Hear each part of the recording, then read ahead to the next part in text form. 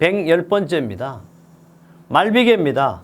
말비계는 말같이 생겼다고 해서 말비계를 조립해 사용하는 경우 지주 부재와 수평면의 기울기는 최대 몇 도로 이하를 해야 되는 겁니다. 이거는 75도입니다. 쉽게 모든 것이 답이 나오죠. 말비계 안전기준은요, 기울기가 75도 이하를 하고 작업 발판포는 40cm 이상으로 하고 있습니다. 111번째입니다. 사면보호공법 중 구조물에 의한 보호공법에 해당되지 않는 것은 구조물에 의한 거예요. 구조물에. 이거는 식생구멍법이라는 거예요. 식생모해가 풀 같은 거 이래 심는 거예요. 그래서 이거는 구조물에 의한 방법이 아니에요. 블록공, 돌쌓기공, 현장 타설 콘크리트 격자공은 다 구조물에 의한 거. 이거는 해설을 상세하게 해설했으니까 한번 보도록 하겠습니다. 보면요, 구조물에 의한 것은 블록 붙임법, 블록 붙임법을 가지고 우리는 돌 붙임공이라고 그러고요. 블록 쌓기공을 돌 쌓기공이라고 그러고, 콘크리트 블록 격자공, 뿜어 붙이기 공을 가지고 우리는 구조물에 보호한 거고, 식생공법은요, 침식이나 쇄골 방지를 하는데 바로 떼붙임공법, 그 다음에 식생공, 식수공, 파종공을 우리는 식생공법의 종류로 분류하고 있습니다. 112번째입니다. 흙의 간극비를 나타내는 식으로 옳은 것은 간극비는요, 흙 입자 용적분의 간극의 용적이거든. 근데 알아들었겠어요. 간극이라는 것은 공기와 물이에요. 그 다음에 여기 나온 흙 입자는 공기 더하기 물 더하기 흙 입자입니다. 그리고 여기 보면 뭐냐, 공기와 물의 처죠. 공기와 여기까지 다 똑같죠. 물의 처, 이거 틀렸어요 벌써. 공기와 물의 처. 옳은 것은 이 세 개 공기와 물의 처 적은다는데 이게 문제예요. 흙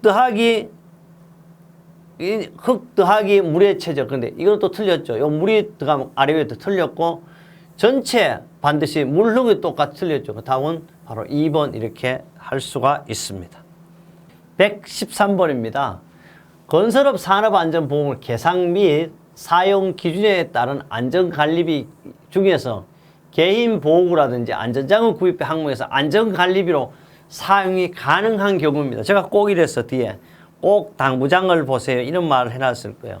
이것은요, 먼저 보면 개인보험이라든지 안전장구 구입비 사용이 불가 항목이에요. 근로자가 재해나 건강장 예방 목적이 아닌 근로자의 식별, 복리, 후생적 근무 여건 개선, 항상 사기 진작, 원활한 공사 수행을 목적으로 하는 다음 장구 구입에 사회되는 비용. 요거는 다시 말해 1, 2, 갈로 2, 갈로 2, 갈로 요 2는 안 된다 이 말입니다. 다시 말해 작업복, 방한복, 면장갑은 사용할 수 없어요. 그러나 근로자에게 일률적 지급하는 보온행, 보온장구도 사용할 수 없어요. 다만 여기를 봐야 돼요. 요거는 사용할 수 있다. 다만 혹소의 장기간 노출로 인해 건강장애 일으킬 수 우리가 있는 특정 근로자에 지급되는 기능성 보호 장비만 사용 가능해요. 그럼 여기 참 애매한 건데요. 여기서 안전보건관리자가 선임되지 않은 현장에서 안전보건 업무를 담당 현장 관계자용 무전기, 카메라, 컴퓨터 분해 이것도 안 되죠.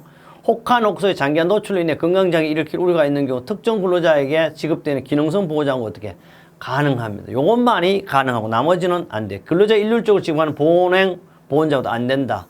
감리원이나 외부에서 방문 인사에게 지급하는 이것도 안 된다. 그래서 제가 여기 해놨어. 반드시 이것은 제가 정제수의 내용이 아니고 건설업 산업안전보호 개상 및 사용 기준에 의한 겁니다. 그래서 제가 꼭 당부장을 잘 보라고 이렇게 해서 그래서 이 표를 꼭 보셔야 되겠습니다. 그 다음에 114번입니다. 114번은요, 철골기둥, 빔 및 트러스 등의 철골 구조물을 1차 또는 지상에서 조립하는 이유로 가장 타는, 왜 지상에서 조립하냐 그러면 이것은요, 지상에서 조립하는 이유는 높은 곳에서 작업 시 위험이 있잖아요. 그래서 고소 작업을 감소시키고자 하는 것이 첫 번째 목적입니다. 다른 볼 것, 철골 기둥, 빔, 트러스, 철골 구조물 지상에서 조립하는 가장 첫 번째 이유는 고소 작업을 높은 데서 작업하는 걸 줄이기 하기 위해서 하는 방법이 최우선 목적이 되겠습니다. 이것은요, 우리 교재 6-145쪽도 있고 2008년 7월 27일 문제 109번으로 출제가 되었습니다. 115번째 문제입니다. 다음은 산업안전보건법령에 따른 달비계를 설치하는 경우에 준수해야 할 사항이다. 간로 안에 들어갈 내용이에요. 작업 발판의 폭은 역시 이럴 때는 40cm 이상으로 틈새가 없도록 해야 되는데 다음 뭐야? 자, 달비계 높이가 5m 이상이라는 말이 나오면 20cm. 이거 보겠습니다. 작업 발판의 폭은 40cm. 단 5m 이상인 경우에는 20cm 이상인 걸 기억해야 돼요. 그럼 5m, 왜냐하면 사람이 창문을 뚫고 이렇게 달려가니까 5m 높이 가면 이게 20cm로 해야 돼. 만약에 40cm로 했다. 넓어가지고 부딪힐 염려도 있고 균형이 잡히지 않습니까? 그래서 20cm로 한다는 꼭 기억합니다. 잘못하면 착각하는 거죠. 그 다음 116번입니다. 엄청 좋은 문제고 이번 시험에도 역시 나옵니다. 강풍이 불어올 때 타워크레인 운전 작업을 중지하여야 하는 순간 풍속 기준이 이제 강풍이 순간 풍속 얼마나 초당 15m/s. 옛날 2018년 3월 3일 이전에는 20m였어요. 근데 아직도 책들이 20m로 돼 있습니다. 그러나 이게 15m고요. 저도 강의는 아마도 지난 2018년 3월 3일 이전에는 20m로 있습니다. 그러나 책은 다 15m 수정되어 있으니까 반드시 이거는 20이 아니고 15m임을 꼭 기억해야 합니다. 그래서 여기에요. 보면 아예 제가 보충학습으로 상세히 만들어 놨어요. 풍속에 따른 안전기준은 순간 풍속이 10m 초과할 때는 타워 크레인의 설치라든지 조립, 해체, 점검 작업을 중지해야 합니다. 요거죠, 우리가 나온 순간 풍속이 15m 초과 시 타워 크레인 등 운전 작업을 중지하고요.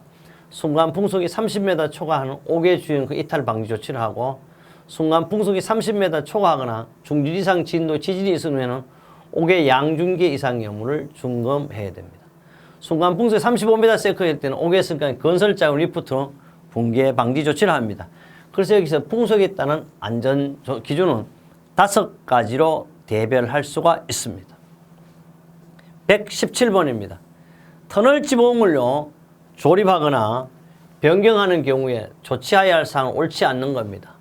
목재의 터널 지붕은 그 각 부재를 작용하는 등 기납 정도를 체크하여 그 정도가 최대한 차이가 나도록 해야 된다. 말대로 안 되는, 차이가 있으면 되나 안 되나 하면 똑같이 해야 돼요. 그래서 벌써 읽어보면 답이 이렇게 보이면 기납 정도 어떻게? 균등해야 되죠. 1번이 틀렸고요.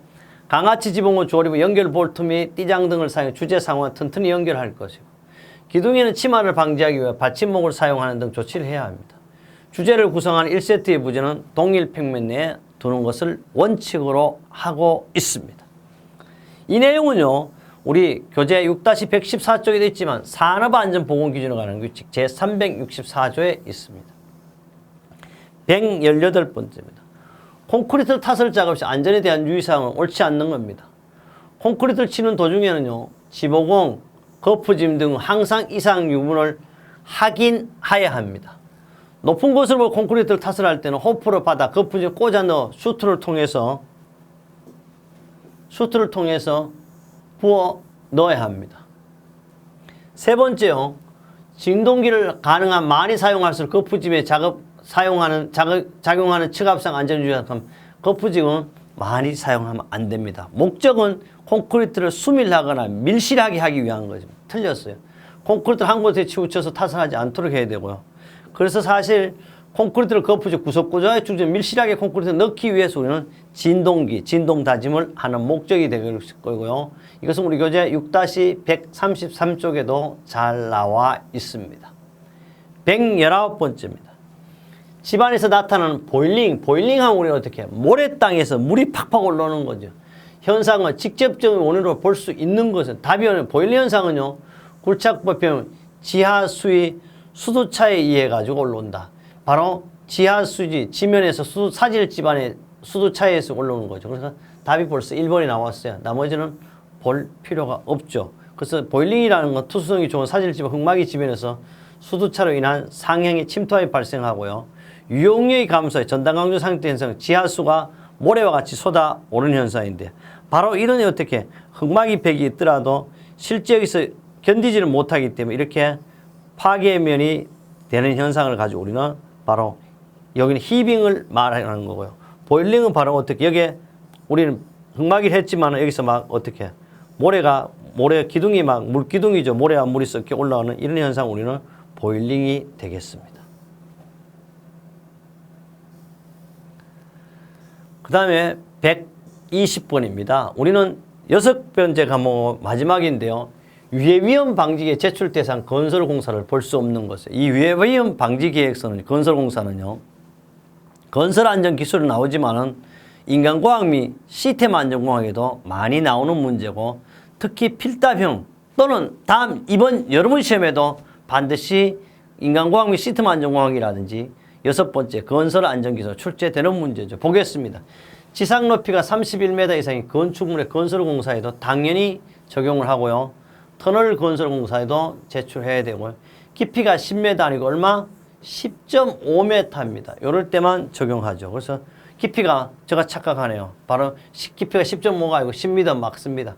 교량의 전체 길이가 40m 아니고 50m인 교량공사죠. 그래서 4번이 틀렸습니다. 이외에요. 우리는 6가지를 반드시 기억해야 돼요. 이 전체 1번을 다 기억을 못하도록 지상 높이가 31m 건축물, 연면적 5,000제곱미터 이상 냉동 냉장시설, 최대 지간 길이가 40m가 아니고 50m 이상의 교량건설 등 공사, 터널 건설 등 공사, 다목적 발전용 댐 저수용증 2천만 톤, 그 다음 깊이 저도 착각했는데 10m 이상이 아니고 10.5m가 아니고 10m라는 걸 꼭 기억해야 됩니다. 우리 이렇게 했어요. 2018년 4월 28일 우리는 안전기사 앞에 여러분보다 먼저 본 분들의 문제를 백화점식으로 해설을 상세하게 해서 이번 시험에 여러분의 안전 합격을 보장하기 위해 저와 여러분이 함께해서 저는요 교육의 주체고 여러분 수강자는 교육객체입니다. 이 교재는 바로 매개체입니다. 교육의 삼위일체가 됐을 때 여러분 틀림없이 안전한 합격으로 이번 시험에 합격되겠습니다. 그래요. 다음 강의에도 새로운 문제가 있다면 새로운 내용으로 여러분과 함께 하겠습니다.